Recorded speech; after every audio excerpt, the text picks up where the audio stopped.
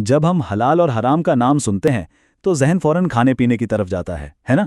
لیکن حقیقت میں یہ الفاظ صرف کچن یا ڈائننگ ٹیبل تک محدود نہیں ہیں۔ نہیں نہیں، بالکل نہیں۔ یہ تو وہ دو ستون ہیں جن پر ایک مسلمان کی پوری زندگی کی عمارت کھڑی ہوتی ہے۔ اس کا ہر فیصلہ، ہر قدم، ہر معاملہ، سب کچھ انہی اصولوں کے گرد گھومتا ہے۔ یہ ایک مکمل لائف سٹائل ہے۔ تو ایک سوال جو اکثر ذہن میں آتا ہے، کیا اسلام صرف کچھ عبادات کا نام ہے؟ مطلب نماز پڑھ لی، روزہ رکھ لیا اور بس؟ کیا دین کا کام مسجد کی چار دیواری میں ختم ہو جاتا ہے؟ یا پھر اس کا ہماری روزمرہ کی زندگی سے بھی کوئی تعلق ہے؟ اسی سوال کا جواب ہمیں حلال اور حرام کی اصل اہمیت سمجھائے گا۔ دیکھیں، حقیقت یہ ہے کہ اسلام زندگی کو الگ الگ ڈبوں میں بند نہیں کرتا کہ یہ مذہبی زندگی ہے اور یہ دنیاوی زندگی نہیں، بلکہ یہ ایک مکمل کوڈ آف لائف ہے، ایک مکمل ضابطۂ حیات۔ یہ ہمیں بتاتا ہے کہ مسجد میں کیسے جھکنا ہے اور مارکیٹ میں کیسے معاملہ کرنا ہے۔ ہمارے کھانے سے لے کر ہمارے کمانے تک ہر چیز کے لیے اس میں رہنمائی موجود ہے۔ تو چلیے اب ذرا گہرائی میں جا کر اسلام کے ان دو بنیادی تصورات کو سمجھتے ہیں، حلال اور حرام۔ اور یہ بات ذہن میں رکھنی ہے کہ یہ صرف رولز کی ایک لسٹ نہیں ہے، بلکہ یہ اللہ تعالیٰ کی طرف سے ہماری ہی بھلائی کے لیے بنائے گئے گائیڈنگ پرنسپلز ہیں۔ اچھا، تو سب سے پہلے بات کرتے ہیں حلال کی۔ حلال کیا ہے؟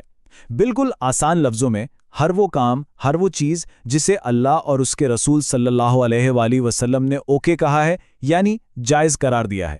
لیکن بات صرف اجازت پر ختم نہیں ہوتی۔ حلال کا مطلب پاکیزگی بھی ہے، اچھائی بھی ہے، اور اس میں روحانی برکت بھی شامل ہے۔ اور پھر حلال کے بالکل سامنے کھڑا ہے حرام، یعنی وہ سب کچھ جس سے اللہ اور اس کے رسول صلی اللہ علیہ وآلہ وسلم نے سختی سے منع فرمایا ہے۔ اور یہ جو منع کیا گیا نا، یہ صرف روک ٹوک کے لیے نہیں ہے، اس کے پیچھے ایک گہری حکمت ہے۔ وہ یہ کہ یہ چیزیں ہمارے لیے، یعنی انسان کے لیے، روحانی طور پر، جسمانی طور پر یا معاشرتی طور پر نقصان دہ ہیں۔ ٹھیک ہے، تو یہ اصول آئے کہاں سے؟ کیا یہ کسی انسان کی اپنی سوچ ہے؟ نہیں، ان کی بنیاد بالکل واضح اور براہ راست قرآن اور سنت میں ہے۔ تو آئیے سب سے پہلے قرآن کی طرف چلتے ہیں اور دیکھتے ہیں کہ وہاں ہمیں اس بارے میں کیا رہنمائی ملتی ہے۔ سورۃ البقرہ کی یہ آیت دیکھیں، کتنی زبردست بات ہے۔ یہاں اللہ تعالیٰ صرف مسلمانوں سے نہیں بلکہ یا ایھا الناس کہہ کر پوری انسانیت سے بات کر رہا ہے۔ حکم بالکل صاف ہے، زمین میں جو حلال اور پاکیزہ چیزیں ہیں انہیں کھاؤ، اور ساتھ ہی ایک وارننگ بھی دی جا رہی ہے کہ شیطان کے پیچھے مت چلنا۔ کیوں؟ کیونکہ وہ تو ہے ہی ہمارا کھلا دشمن، اس کا کام ہی ہمیں حرام کی طرف لے کر جانا ہے۔ اچھا، یہ تو ہو گئی تھیوری کی باتیں۔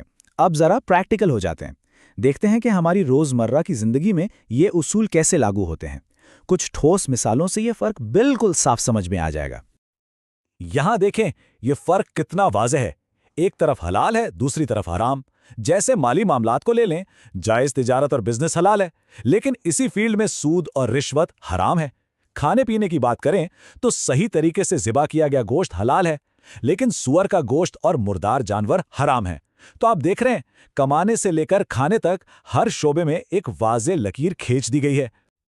اور یہ جو کھانے پینے کی چیزوں کی بات ہوئی، اس کی دلیل خود قرآن پاک میں موجود ہے۔ سورۃ المائدہ میں اللہ تعالیٰ نے نام لے کر بتایا ہے کہ تم پر مردار، خون اور سور کا گوشت حرام کیا گیا ہے۔ اس سے پتہ چلتا ہے کہ یہ اصول کتنے کلیئر اور دو ٹوک ہیں۔ قرآن کے ساتھ ساتھ نبی اکرم صلی اللہ علیہ وسلم کی احادیث میں بھی ہمیں مزید وضاحت ملتی ہے۔ جیسے یہ حدیث ہے کہ اللہ نے شراب اور سود کو حرام قرار دیا ہے، اور یہ دونوں چیزیں ایسی ہیں جو کسی بھی سوسائٹی کی اخلاقی اور معاشی جڑوں کو کھوکھلا کر دیتی ہیں۔ تو اب ایک بہت اہم سوال، آخر یہ فرق کرنا اتنا ضروری کیوں ہے؟ مطلب کیا فرق پڑتا ہے؟ تو جناب، اس کا جواب صرف ہماری فزیکل ہیلتھ تک محدود نہیں ہے۔ اس کا اصل تعلق ہماری روحانی زندگی سے، ہماری اسپرچوالٹی سے اور ہماری آخرت کی کامیابی سے ہے۔ تو جب ہم حلال کو اپناتے ہیں تو ہوتا کیا ہے؟ اس کے اثرات بہت گہرے ہیں۔ سب سے پہلے تو ایمان میں برکت آتی ہے، روح اور جسم دونوں کو ایک پاکیزہ غذا ملتی ہے، اور ایک بہت ہی اہم بات، اس سے ہماری دعائیں قبول ہونے لگتی ہیں۔ کیوں؟ کیونکہ ہمارا اپنے رب سے کنیکشن مضبوط ہو جاتا ہے۔ اور اب سکے کا دوسرا رخ دیکھیں، حرام کے نتائج وہ واقعی تباہ کن ہیں۔ حرام کا ایک لقمہ بھی دل کو سخت کر دیتا ہے، نیکی سے دور کر دیتا ہے، زندگی سے برکت اور سکون جیسے اٹھ جاتا ہے۔ اور سب سے خطرناک چیز کیا ہے؟ یہ ہمارے اور ہمارے اللہ کے بیچ ایک دیوار کھڑی کر دیتا ہے۔ پھر دعائیں اور عبادتیں بے اثر سی لگنے لگتی ہیں۔ اور یہ جو حدیث ہے نا، یہ اس معاملے کی سنگینی کو بالکل واضح کر دیتی ہے۔ نبی اکرم صلی اللہ علیہ وسلم نے فرمایا کہ جو جسم حرام سے پلا بڑا ہو وہ جنت میں داخل نہیں ہوگا۔ ذرا سوچئے، یہ ہمیں جھنجھوڑ کر یاد دلا رہا ہے کہ حلال اور حرام کا فیصلہ صرف اس دنیا کا معاملہ نہیں، اس کا سیدھا تعلق ہماری ہمیشہ کی زندگی، ہماری آخرت سے ہے۔ تو ان ساری باتوں کا خلاصہ کیا ہے؟ نتیجہ یہ ہے کہ حلال کو اپنانا اور حرام سے بچنا یہ کچھ پابندیاں نہیں ہیں، بلکہ یہ دنیا اور آخرت دونوں جہانوں میں اصل کامیابی اور سکون پانے کا راستہ ہے۔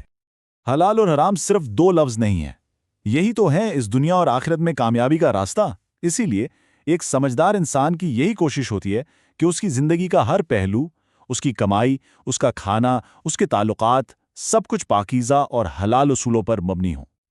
اور آخر میں قرآن کی یہ آیت ایک بہت ہی خوبصورت بات بتاتی ہے۔ اللہ کہتا ہے کہ اے ایمان والو، جو پاکیزہ چیزیں ہم نے تمہیں دی ہیں انہیں کھاؤ اور اللہ کا شکر ادا کرو۔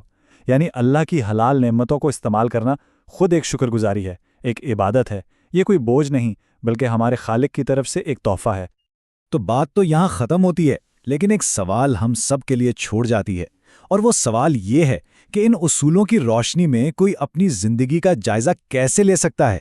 اپنی کمائی، اپنے خرچ، اپنی روزمرہ کی عادتوں کو اس پیمانے پر کیسے پرکھا جا سکتا ہے؟